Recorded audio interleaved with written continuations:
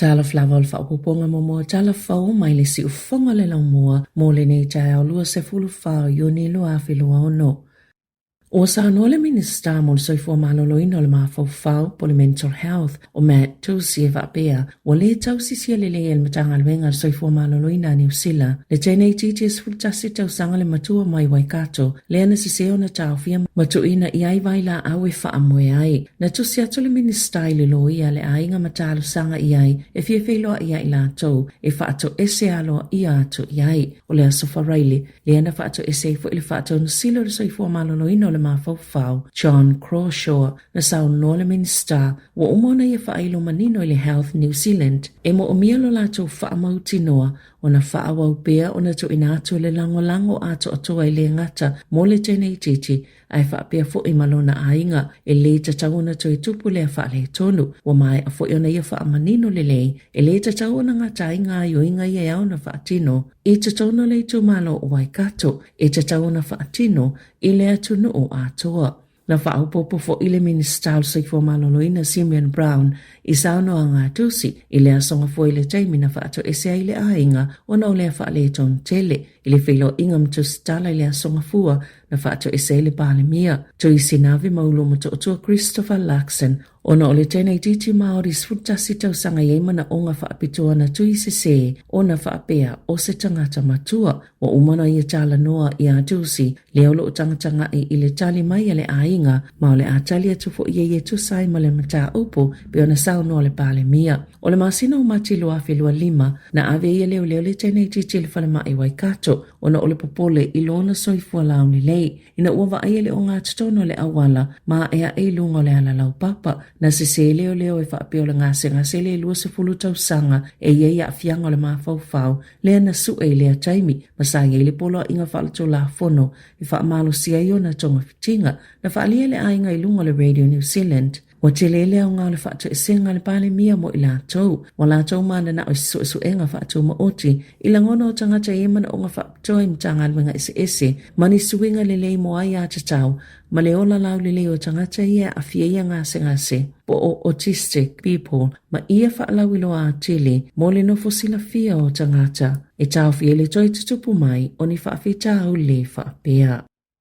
E lima maka ua pa ua ile lango mo le leipa ile sa ilingo finangalo ale variant poll ale one news peitai o lo mawhai lava na whause whai ngā malo so whaatasi ma le Greens ma le te pāti Māori ino foa e ono se fulu ma le whaa pa ula i titi le National ma o se lango pito sili leo na maua lalo mo vaenga whaopwhai talo mai le whai ngā palo ta mo le momo pi ile tasi iwa ono ai ole lango pito maua lalo fo ilea i lalo ta ita inga atu i sinave maulu moto otua Christopher Luxon leipa i tolu lua pasene lima maka ua pa uwai National lua iwa pasene tasi le maka ua pa uwai Crane se fulu tolu pasene lua ua CTI New Zealand First se fulu tasi pasene tasi le maka ua whaaupopo Act e ono pasene tasi le maka ua pa uwai male vaenga whaupwhaya Māori e tasi tesi male valu pasene pole tesi male tolu pasene ua whaaupopo ina ai. O sui whai pule pito li whai ele lango e avea mapale mia,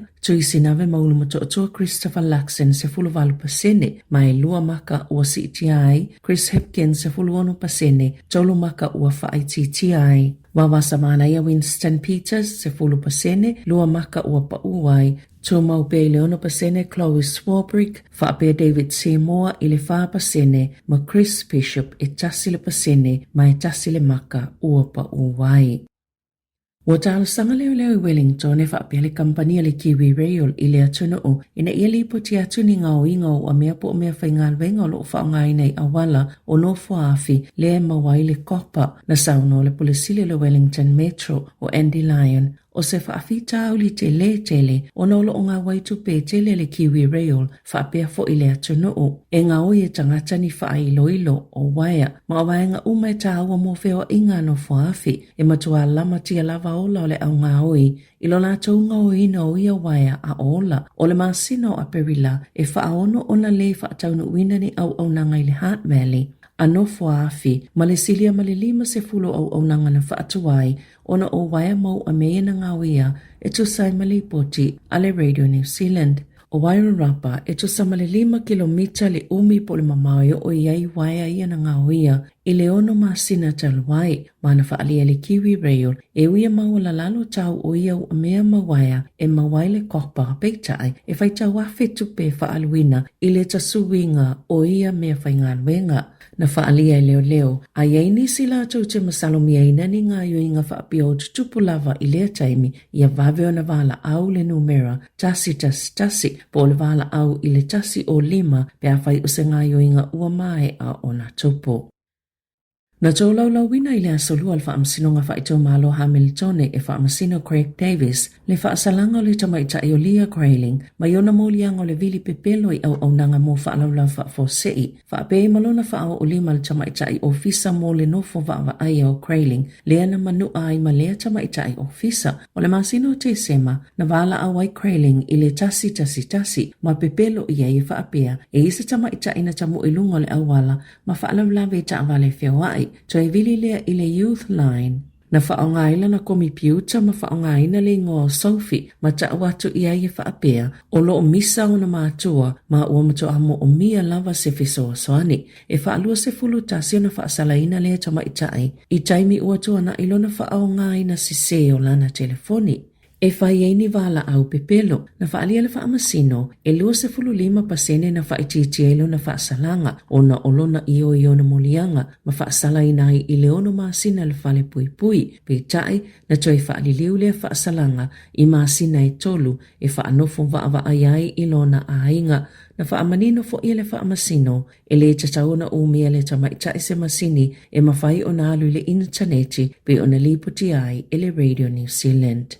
I ta'alonga, wa whaalia wawa sa mana ia Winston Peters, e le i whaataatia ina ese tau mawhainga ina ia whaamausalile lumana il moana Pasifika, peitai e le i lava se malilianga ua whaailoa, a o lata ina o le taimi whaamuta ina i le awanoa, mō se talo sanga i whaasao ina i le kalapo. O le tali tonunga le Radio New Zealand, wa whaamausalia le uni la kapia New Zealand le taimi le whai unga uni, e loa ai, pe o iese tangata po se whaalapo tuputonga, o lo ofia pule ina le laisene o le moana Pasifika, o na to ina atu se ofo i tala whia ngai. Mama whai o na langolango ina i le au i le taamilu sango le luafe lua fitu, sa ai filofilo i lava vavasa mānaia le ministala vai fafo. I whaatala noanga mawhainga mā loa le Pasifika, ma isi whaalapo tuputonga i ona mawhai, ona whesoa soani i le au. Na saunoa vavasa mānaia, ele isolo muli lava e olo utau mawhai e la vea i mawhaasau le moana Pasifika, na whaalia e vavasa mānaia lunga le Radio New Zealand, i le polkalame o le checkpoint,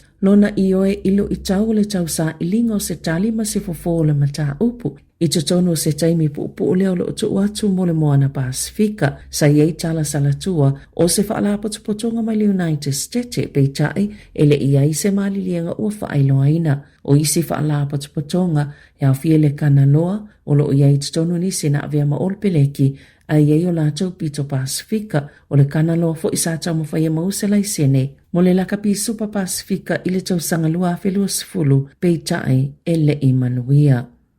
O le presidente le United States Donald Trump o le aia tau a au ina atu le ipol taamlu sanga soka a le lalolangi le au siampini. E le malai o le New York Jersey Stadium i le aso se fuluivo i ulai peo na whaasisile le presidente o le whaalapo tupotonga soka le lalolangi Gianni Infantino. O le a awai Trump e mai moina le ta'alonga ma tau au ina atu le ipo le siampini pe ona saunoa ai Infantino i lunga le polkalame le televisi le Fox and Friends na whaailoa le FIFA e le isa lātou whaamatalanga e whaia e winga le saunoa ngā Infantino i lunga le televisi. Tala whauia ma le si ufonga le lau mua mō le nei vaenga le tae ao.